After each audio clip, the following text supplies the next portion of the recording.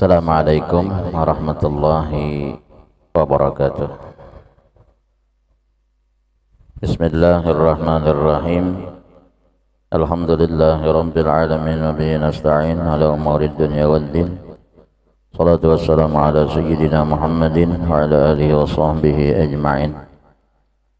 Puji dan syukur selalu kita panjatkan kepada Allah, karena dengan berkah limpahan taufik serta hidayah dan inayah yang Allah berikan, di pagi yang cerah ini kita dikumpulkan oleh Allah di tempat yang mulia ini dengan niat dan tujuan yang sama, mengabulkan hajat sahibil bait. Inti acara mengenang kembali haulan orang tua dari sahibil bait yang sudah meninggal dunia sudah berapa tahun? 11 tahun. Mudah-mudahan Sidin senantiasa mendapat curahan rahmat dan barakah di sisi Allah. Dosa Sidin diampuni oleh Allah subhanahu wa ta'ala. Kuburan Sidin Allah ta'ala jadikan raudhah min riyadil jannah. Nah, kemudian salawat serta salam semoga senantiasa tercurah dan terlimpah selalu keharibaan junjungan kita Nabi besar Muhammad sallallahu alaihi wasallam, dan kepada para zuriat beliau, sahabat serta para pengikut beliau dari dulu, sekarang hingga akhir zaman. Rasulullah sallallahu alaihi wasallam telah bersabda yang diriwayatkan oleh Sayyidina Ali. Apa nasihat Nabi kepada Sayyidina Ali? Wahai Sayyidina Ali, pian punya keluarga, pian punya abah, pian punya mama, pian punya kaidatu, dan seterusnya yang sudah meninggal dunia. Apa pesan Rasulullah? Ya Ali, ihdihim. Wahai Sayyidina Ali, hadiahi mereka. Wahai Sayyidina Ali, kirimi mereka. Wahai Sayyidina Ali, arwahi mereka. Wahai Sayyidina Ali, hauli mereka. Sebab orang tua keluarga yang sudah meninggal dunia, apabila kita hadiahi mereka, apabila kita kirimi mereka dengan bentuk apapun, intinya amal-amal ibadah yang baik, apabila kita kirimi mereka, Allah subhanahu wa ta'ala mengirim malaikat yang namanya malaikat hafazah, mendatangi anak buah nang mengirimi kuitannya itu. Apa tujuan Allah mengirim malaikat hafazah ke tempat itu? Untuk mengantarkan pahala yang telah dilakukan amal ibadahnya oleh anak buahnya, oleh keluarganya, oleh orang yang diundang oleh anak buahnya. Nah, jadi malaikat hafazah nang jadi pos membawa akan balasan yang Allah berikan yang dilakukan di tempat anak buahnya itu. Nah, kemudian dibawa nilai ibadah itu oleh malaikat hafazah. Saking cahayanya itu luar biasa. Ujar Nabi, wahai Sayyidina Ali, cahaya amal ibadah anak buah yang melakukan taat dan ibadat kepada Allah Ta'ala itu cahayanya melebihi dari cahaya malaikat, sampai-sampai cahaya malaikat itu hilang oleh lantaran cahaya amal. Nah, lalu dibawanya kemana? Kepada orang yang dihususkan oleh anak buahnya. Siapa? Mama abahnya.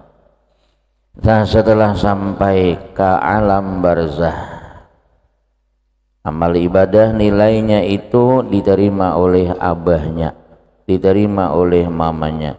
Bagaimana mereka menerimanya itu? Rasulullah bersabda, mereka menerimanya dengan sungguh luar biasa gembiranya, melebihi kegembiraan sewaktu mereka masih hidup dikasih diberi oleh anaknya. Lagi hidup sidin rancak juga nang anak ini memberi duit, himong sidin, bahagia sidin. Bilanya datang ke rumah ada basalaman anu langsung beisihan di tangan ta nang takarinyom. Bilanya kada habang hijau biru ngarannya itu imong sidin, apalagi haratan gak ada berduit. Ada aja mama tuh berduit aja peraya gini beri tangan tetap dikasih. Nah sidin lagi hidup diberi oleh anak duit himong bener. Rasulullah bersabda, kahimongan kegembiraan itu melebihi. Nang di sini nih sudah gembira benar. Tapi kalau mereka dihadiahi, diarwahi, dihauli, mereka menerima balasan itu sungguh melebihi daripada gembiranya daripada mereka waktu hidup menerima pemberian anak buahnya. Nah, hari ini kita lakukan itu. Harapan kita mudah-mudahan amal ibadah yang kita lakukan di sini dibawa oleh malaikat hafadzah dan diterima oleh orang tua kita. Lalu apa yang dilakukan oleh kuitan kita di dalam kubur? Kuitan kita sambil kahimongan menerima kiriman. Apa yang diucapkan oleh sidin? Yang diucapkan oleh sidin adalah permohonan kepada Allah, doa kepada Allah. Apa doa mereka? Ya Allah, ulun punya anak, ulun punya zuriat, ulun punya keturunan.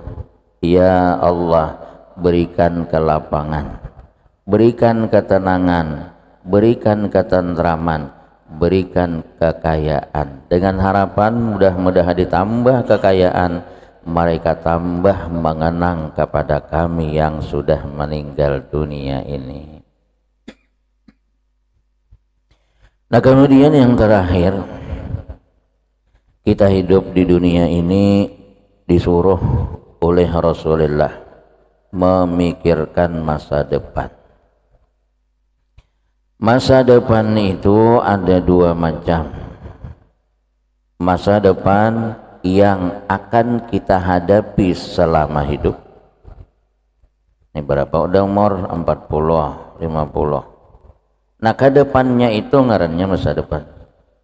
Disuruh juga kita memikirkan dengan artian menata hidup ke depan agar supaya setelah kita tata hidup ini nyaman untuk melaksanakan amal ibadah kepada Allah Subhanahu wa ta'ala.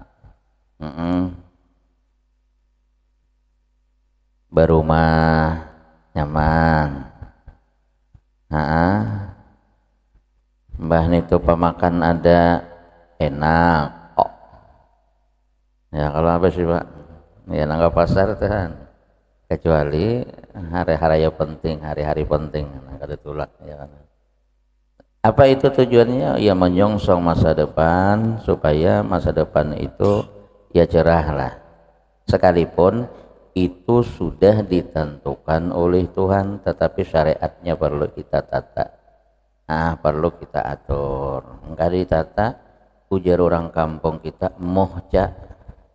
Ya jamoh, jamoh jadinya. Kalau kita tata dengan sedemikian rupa, insya Allah sekalipun anu kita yang menata, Allah yang menentukan. Namun ada lagi masa depan yang sebenarnya, masa depan hakiki. Kalau masa depan di dunia ini terbatas, bilanya kita mati selesai urusannya. Ada masa depan yang hakiki, masa depan yang abadi, yaitu kita disuruh memikirkan urusan masa depan akhirat. Apa di antara kaitan masa depan akhirat? Yaitu di antaranya kita disuruh selama hidup ini memikirkan bagaimana amal ibadah kita bisa diterima oleh Allah. Memikirkan kita kaina pajangan betamuan lawan malaikat munkar dan nakir. Memikirkan kita kaina pajangan betamuan lawan malaikat Israel. Memikirkan apa yang kita pikirkan pada suatu saat nanti kita akan berada di alam barzah dan seterusnya. Imamuna Asy-Syafi'i beliau berkata, kullu samunyaan masa depan itu harus dipikirkan dan dinyatakan dengan usaha ikhtiar kita. Nah, diantaranya kita jangan masuk liang kubur. Dimapaam caranya supaya di dalam kubur ini kada kesakitan. Dimapaam caranya kita di dalam kubur ini nyaman. Dimapa caranya supaya di dalam kubur ini kada kegelapan. Dimapa caranya di dalam kubur ini kada kesunyian. Nah, Imam Syafi'i di dalam kitab Idhah beliau menyebutkan, ujar sidin banyak orang nang di dalam kubur itu kegelapan, kesakitan dan sebagainya disebabkan oleh beberapa macam. Satu di antaranya kada kawa menjaga dan memelihara lidah dari ghibah. Nah, jadi usaha ikhtiar kita sekarang, kita disuruh menjaga mulut kita jangan sampai menguyak orang, jangan sampai menyakiti orang, jangan sampai menyambati orang, jangan sampai mengaramputi orang. Nah, ini lidah supaya kita nyaman di alam barzah. Yang kedua, jaga hati dari segala penyakit, wabil khusus dengki. Kada nyaman melihat orang nyaman. Nanja guru arsat nih nukar kendaraan pulang, udahan ya kimpis banyak. Nah, ada yang lebih parah lagi, ada samping hati kada nyaman, inya menghendaki supaya nikmat orang itu hilang. Ada yang lebih parah lagi, inya menghendaki nikmat orang itu tak kesorang. Ini parah lagi nih ta. Nah, lalu Imam Ghazali beliau memberikan bimbingan lima caranya supaya jangan menggibah orang. Jangan katuju manggaduhi hal ehwal orang. Kita orang-orang. Bilanya katuju manggaduhi orang pakada nyaman hati. Bukti kada nyaman kena montong kada kawa kada bergerak. Biar orang di sebelah kawin pulang rarana ya nggaduhi orang. Punya anak doakan aku juga. Nah itu dua. Yang ketiga, orang yang sering ngejar Nabi, apa ngarannya disiksa oleh Allah di dalam kubur oleh lantaran menyimpan emas perak ada di zakati. Ada kalau nang di dalam Al-Quran kaina emas perak itu diulah Tuhan menjadi api dan dibentuk oleh Allah. Api itu nang kaya gosokan, sagan nang apa? Sagan menggosok awaknya, nang memakai emas perak tetapi kada disakatinya. Kalau disakatinya tak apalah, apalagi dikirimnya berdahuluan, itu hebat lagi nang kaya Siti Hadijah. Siti Hadijah kada ada lagi beisian apa-apa. Sampai Hidin meninggal cuman tertinggal baju selambar. Itu pun semalam berapa tambalnya? 59 tambal. Adalah beisian emas kada ada lagi. Asalnya banyak ujar orang kampung kita gandimpahan. Bakawin lawan Nabi habis. Kada begalang lagi, kada bakalong lagi. Kenapa? Maasi lawan Nabi. Jadi Nabi pun hendaklah sugi di akhirat kirim nang ada tuh. Yang kada dikirim kena aku bisa kau bawa ke manakah? Itu kita. Yang terakhir nomor 4, kebanyakan orang yang disiksa oleh Allah di dalam kubur qadha hajatnya kada biris, bakamih bahiranya kada biris. Wisi itu rantan dengan najis. Sebuah wisi kita berlima samaan. Kita tatuha insyaallah kawah aja menjaga najis itu. Anak kita nya kadang ngerti. Nah, lalu di apa solusinya? Kita keluar di wisi, kita disuruh pakai capal. swallow. Nah, tahu gak bin? Sebab karena kan anak buah kita tuh keluar dari WC.